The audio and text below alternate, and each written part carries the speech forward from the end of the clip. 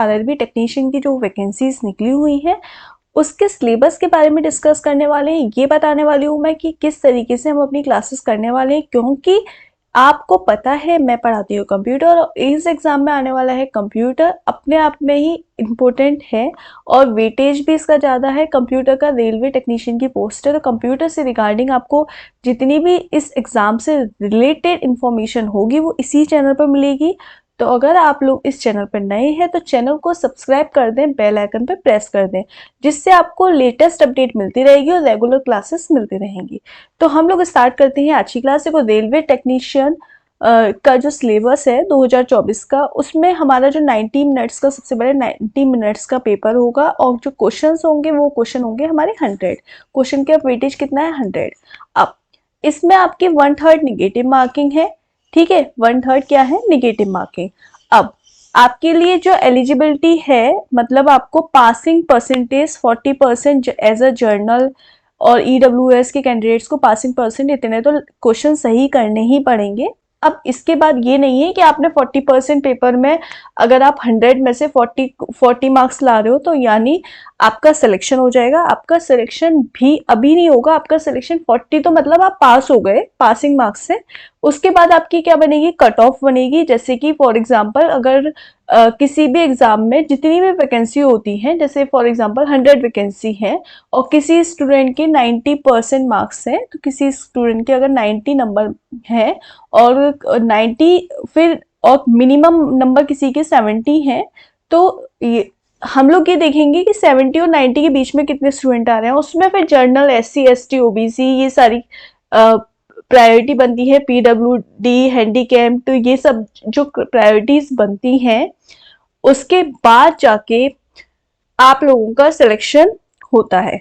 SC जैसे OBC के लिए 30% पासिंग मार्क्स है, SC के लिए, ST के लिए, SC के लिए 30% है, ST के लिए 25%, और इस तरीके से हमारे पासिंग मार्क्स पर आपको क्या है, मैक्सिमम से मैक्सिमम मार्क्स लाने की कोशिश करनी, क्योंकि कट ऑफ तो कितनी भी जा सकती है, ठीक है। उसके बाद अब देखो, यहाँ पे हमारी जो CBT टेक्नीशियन ग्रेड 1 सिग्नल वाली जो वैकेंसीज थी, मतलब जो टेक्नीशियन ग्रेड 1 सिग्नल नाम से जो वैकेंसी आई थी, उसमें हमारे सब्जेक्ट्स आ रहे थे general awareness, general intelligence and reasoning, और उसके अलावा बेसिक कंप्यूटर एंड एप्लीकेशंस, और after that mathematics and basic science and engineering.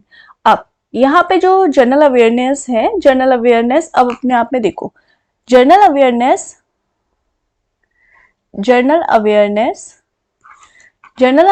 के आपके 10 क्वेश्चन पूछे जाएंगे, यानी 10 क्वेश्चन जनरल अवेयरनेस के हैं। उसके अलावा जनरल इंटेलिजेंस एंड रीजनिंग के 15 क्वेश्चन हैं, रीजनिंग एंड जनरल इंटेलिजेंस। उसके अलावा basic computer and application 20 marks, यानी कंप्यूटर कितने मार्क्स का आ रहा है? 20 मार्क्स का। और उसके अलावा हमारा मैथमेटिक्स जो है, मैथ्स कितने मार्क्स का आ रहा है? मैथ्स आ रहा है 20 मार्क्स का। And basic science and engineering, यानी बेसिक साइंस के बारे में आपसे पूछा जाएगा, वो 35 मार्क्स का होगा, ठीक है। अब देखो, number of question 10 question 10 marks, इधर 15 question 15 marks, 20 question 20 marks, mathematics में 20 क्वेश्चन 20 मार्क्स, और बेसिक साइंस एंड इंजीनियरिंग में 35 क्वेश्चन 35 मार्क्स। मतलब हर एक क्वेश्चन 1 नंबर का होगा और यहाँ आपसे 100 क्वेश्चन पूछे जाएंगे, ठीक है। 100 क्वेश्चन पूछे जाएंगे, हर एक क्वेश्चन 1 नंबर का होगा, और 1/3 इसकी निगेटिव मार्किंग होगी। अब आप लोगों के यहाँ पे इस तरीके से सिलेबस दिया हुआ है। जैसे अब जनरल अवेयरनेस, क्योंकि 10 नंबर की है, तो जनरल अवेयरनेस में क्या क्या है, क्या क्या पूछा जाएगा, जनरल इंटेलिजेंस में क्या क्या पूछा जाएगा। जैसे जनरल अवेयरनेस में आपको बेसिक करंट अफेयर्स वगैरह पूछे जाएंगे, इंडियन ज्योग्राफी है, कल्चर, हिस्ट्री, और उसके अलावा freedom struggle, Indian polity, constitution, Indian economy, environment के ऊपर, world sports, general specific, technological development etcetera. General intelligence and reasoning में आपको एनालॉजीज, अल्फाबेटिक, न्यूमेरिक सीजी जो है, कोडिंग डिकोडिंग है, उसके अलावा मैथमेटिक ऑपरेशंस है, बेसिक्स, रिलेशनशिप है, स्लॉक्स है, jumbling, Venn diagram, data interpretation यानी DI, और उसके अलावा डिसीजन मेकिंग, यानी जो बेसिक हमारा classification, direction, statement, argument, assumption, reason, ये सब। यानी बेसिक हम जो सारे एग्जाम्स में पढ़ते हैं, एसएससी का एग्जाम हो, चाहे बैंकिंग का एग्जाम हो, चाहे उसके अलावा रेलवे के बाकी एग्जाम्स हो, तो ये बेसिक हमारा एक बेसिक सिलेबस होता है जो सभी एग्जाम में पूछा जाता है, वही वाला सिलेबस है, बस कुछ चीजें अलग होती हैं, बाकी सारी चीजें ये सेम है। तो ये जनरल इंटेलिजेंस एंड रीजनिंग और जनरल अवेयरनेस, ये एसएससी और रेलवे में की बाकी जो एग्जाम में वही वाली है, आपको कुछ अलग से नहीं पढ़ना है, बस करंट अफेयर पे आपको थोड़ी मेहनत करनी होती है एक्स्ट्रा। उसके अलावा बेसिक कंप्यूटर्स एंड एप्लीकेशन, यहाँ पर जो बेसिक कंप्यूटर एंड एप्लीकेशन है, बेसिक कंप्यूटर एंड एप्लीकेशन यानी कंप्यूटर साइंस एंड एप्लीकेशन जो है, मैं बात करूंगी इसकी और मैं आपकी इसकी क्लासेस लूंगी। ये अपने आप में 20 मार्क्स की आ रही है, तो 20 marks is more than enough. देखो, आपको कोई भी एग्जाम देने जाओ तो किसी को भी कमजोर नहीं समझना कि ये 20 नंबर की है, ये 10 नंबर की है तो इसको पढ़ ले रहे हो। भाई आपको मार्क्स तो 100 नंबर का पेपर है ना, तो आपको तो मेहनत पूरे 100 पर करनी है। ठीक है, जब 100 पर करोगे तब जाके वो 90-80 ला पाओगे, और फिर कट ऑफ कितनी बनेगी वो डिपेंड करता है, पर आपको तो पूरे एफर्ट 100 में करने। तो ऐसा तो है नहीं है ना कि आपने अकेले सिर्फ जनरल अवेयरनेस पढ़ के आप पेपर क्लियर कर लोगे, या जिसकी रीजनिंग अच्छी है सिर्फ वो क्लियर करेगा, या जिसने मैथ्स पढ़ लिया, जिसने बेसिक साइंस पढ़ ली वो क्लियर करेगा, या जिसने सिर्फ कंप्यूटर पढ़ ली वो क्लियर करेगा। नहीं, आपको सभी सब्जेक्ट्स पे बराबर इक्वल मेहनत करनी है। अब किसी का कोई पार्ट अच्छा है तो उसको उस पार्ट का रिवीजन एक तरह से मेहनत करनी है थोड़ी, मतलब फॉर एग्जांपल जैसे किसी का कंप्यूटर अच्छा है तो कंप्यूटर 1 घंटे पढ़ो, किसी का मैथ्स कमजोर है तो मैथ्स को 2 घंटे पढ़ो।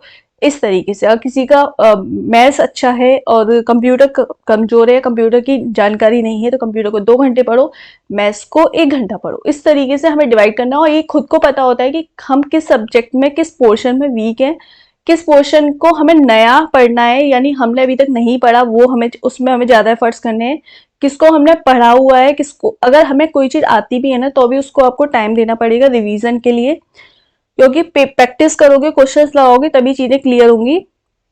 तो हर किसी को आपको टाइम देना है। अब वो डिपेंड करता है किसका कौन सा सब्जेक्ट ज्यादा स्ट्रांग है, कौन सा कम स्ट्रांग है, कौन सा किसके लिए नया है, तो वो डिपेंड करता है। अगर आपके लिए कोई चीज बिल्कुल नई है तो उसमें आपको सबसे ज्यादा एफर्ट्स करने हैं।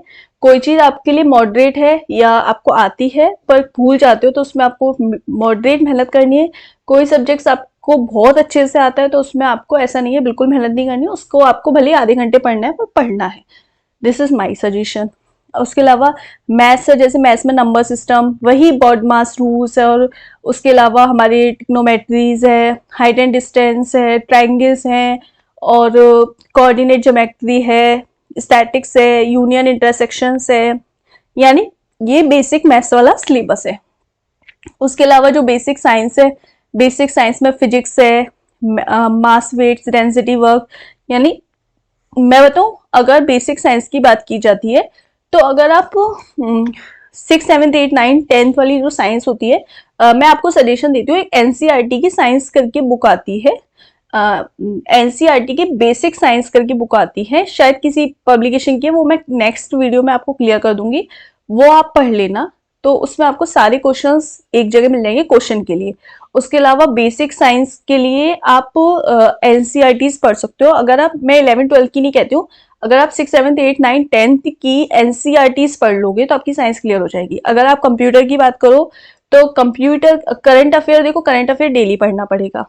जर्नल अवेयरनेस के लिए आप कोई भी बुक खरीद सकते हो, जैसे किरण पब्लिकेशन की, अरिहंत की, कोई भी बुक खरीद सकते हो। सेम जर्नल रीजनिंग में भी, और कंप्यूटर के लिए भी क्या है ना, आप कोई भी एक प्रैक्टिस बुक खरीद लो, चाहे वो अरिहंत पब्लिकेशन की, सब अरिहंत में सारी बुक्स आ जाती हैं, अच्छी आ जाती हैं, तो अरिहंत का मटेरियल भी ठीक ठाक होता है। तो अरिहंत पब्लिकेशन की कोई भी एक बुक खरीद लो तो आप उस बुक को रिवाइज कर सकते हो। बाकी सभी सब्जेक्ट्स की बात कर लूं, बाकी आप वीडियोस देखो। कंप्यूटर के लिए देखो, हर सब्जेक्ट हर टीचर नहीं पढ़ा पाता है, तो आप जैसे एग्जांपल के तौर पर आपने देखा, आपने यूट्यूब पे सर्च किया या गूगल पर सर्च किया जर्नल अवेयरनेस और वीडियोस, यूट्यूब वीडियोस, तो जर्नल अवेयरनेस की आपने एक दिन 2-3 सुनी, अगले दिन 2-3 सुनी, फिर आपको पता चल गया कि आपको किसका समझ में आ रहा है। जरूरी नहीं है हर किसी को मेरा समझ में आए, तो आप पहले सर्च करो, खुद से मेहनत करो, 3-4 दिन एफर्ट्स करो, फिर आप डिसाइड करो कि आपको किसका समझ में आ रहा है,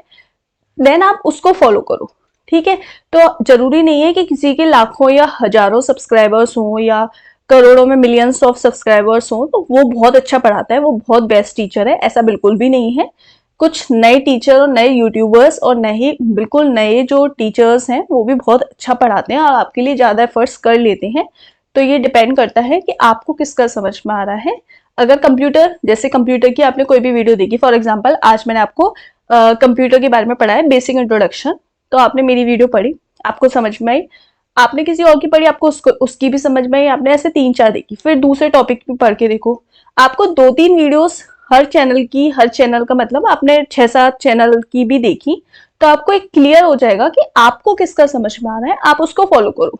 10 जगह से पढ़ने से बेटर है कि आप एक जगह से पढ़ो। उसके अलावा आप बुक से हेल्प ले सकते हो, अपने खुद के नोट्स बना सकते हो और टेस्ट सीरीज फॉलो करो। टेस्ट सीरीज के लिए टेस्टबुक.com इज मोर देन सफिशिएंट। वो की टेस्ट सीरीज सस्ती और अच्छी है। ये मेरा एक्सपीरियंस है कि टेस्टबुक.com की टेस्ट सीरीज ठीक ठाक होती है, अच्छी होती है। तो आप टेस्टबुक.com की टेस्ट सीरीज को फॉलो कर सकते हो। और टेस्टबुक वालों ने मुझे रुपए नहीं दिए, ये मेरा खुद का पर्सनल एक्सपीरियंस है, इसीलिए मैं आपको बता रही हूँ। उस कंप्यूटर के लिए मैं आपको डेली वीडियोस डालूंगी। डेली का मतलब है ये जो आपका जैसे सिलेबस है कि आर्किटेक्चर कंप्यूटर क्या होता है, इनपुट आउटपुट क्या होते हैं, बेसिक स्टोरेज यूनिट्स क्या होती हैं, उसके अलावा नेटवर्किंग क्या है, ऑपरेटिंग सिस्टम क्या है, यूनिक्स, लिनक्स, एमएस ऑफिस क्या है, उसके अलावा यहाँ पे देखो दे रहा है इंटरनेट क्या है, internet of things, website, web browser, computer viruses क्या होते हैं, और इससे रिलेटेड जो भी टॉपिक्स हैं मोस्ट इंपॉर्टेंट, वो मैं पूरे कोशिश कराऊंगी जल्द से जल्द कंप्लीट कराने की। और साथ में आपको मैक्सिमम से मैक्सिमम क्वेश्चन दूंगी। कंप्यूटर 20 नंबर की मैं गारंटी ले रही हूँ कि बहुत, मैंने देखो इस चैनल पे आप ऑलरेडी प्रीवियस वीडियोस मेरी देख सकते हो। जैसे केंद्रीय विद्यालय की प्रिपरेशन मैंने कराई थी, पीजीटी कंप्यूटर साइंस की प्रिपरेशन मैंने कराई थी, तो उसके अलावा DSSB का सिलेबस दिया था, और अभी यूपी पुलिस कंप्यूटर ऑपरेटर की प्रिपरेशन करानी हो, तो आप देख सकते हो, कमेंट्स पढ़ के देखिए, रिव्यू देख लीजिए, तो कमेंट्स मैक्सिमम पॉजिटिव ही आते हैं और लोगों का रेस्पॉन्स पॉजिटिव आता है। जो केंद्रीय विद्यालय का एग्जाम हुआ था उसमें लोगों ने कहा था एज इट इज क्वेश्चन, मतलब बिल्कुल अलग ही नहीं थे, क्वेश्चन एज इट इज आ गए थे। तो क्वेश्चंस की जो मेरी सीरीज होती है, मैं उसमें क्या है कि बहुत खुद से टाइप तो नहीं करती, बहुत सारी जगह से लेती हूँ, उसमें से कुछ सेलेक्टेड क्वेश्चंस कराती हूँ, प्रीवियस ईयर वीडियोस के प्रीवियस ईयर पेपर के क्वेश्चंस कराती हूँ।